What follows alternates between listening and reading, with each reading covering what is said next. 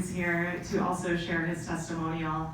I think I love the juxtaposition of these testimonials, someone who was brought as an infant and someone who has made the journey as an unaccompanied minor. And so Gerson, I'd love for you to talk a little bit about why you left, what your journey was like, and how, sort of meeting Lindsay from Immigrant Defenders Law Center, led you to where you are today.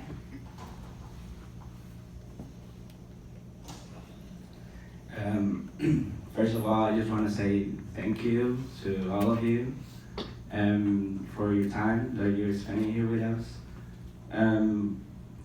Everything has a cost, and that was something that happened to me. I was born and raised in El Salvador, little kid. My mom has had to move to the United States when I was barely 6, so I basically raised without my mom. I spent about 10 years without seeing her, and through that time I realized that something was going to happen, like something was going to happen to me if I was alone. I didn't have any contact with my father, and you know what's happening out there is not a joke, it's reality, and people are coming. There's several reasons because of violence, poverty, and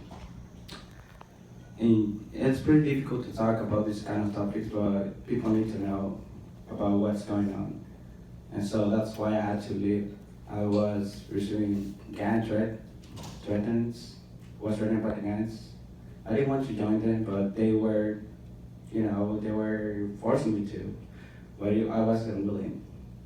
So I had to leave, and I didn't want to get involved with my family because my family wasn't that supportive at that time, so I was basically alone.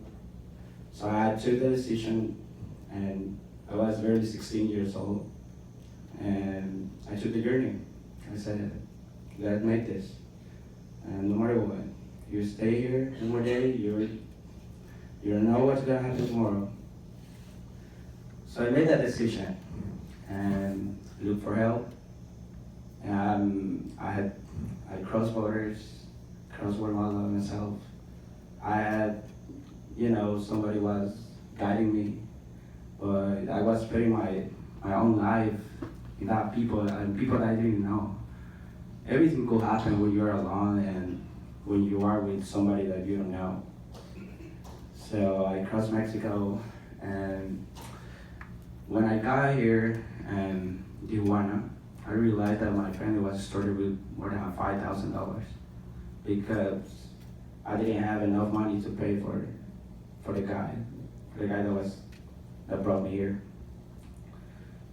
And that was the most difficult part because when I got to Tijuana, I arrived to Tijuana, and I saw all these people, and I said, well, you got here, it's far. Now they told me if you come back, they're gonna kill you or somebody's gonna kill you. So you could think about it like a little kid that somebody's telling you. If somebody's telling you that it's something going on, you're gonna have to struggle with that. And I was struggling. That I had that in my mind. I didn't want to return, especially for the gangs. So I was alone and about to cross. I saw that I wanted to look for help, but nobody was there. So I went to the border. I wanted to cross, and by that moment, it was the time that I needed to cross. I gave my papers. They saw that I was Salvadorian, and the first thing that they said, "You're a criminal," and I said, "Why?" You're a criminal.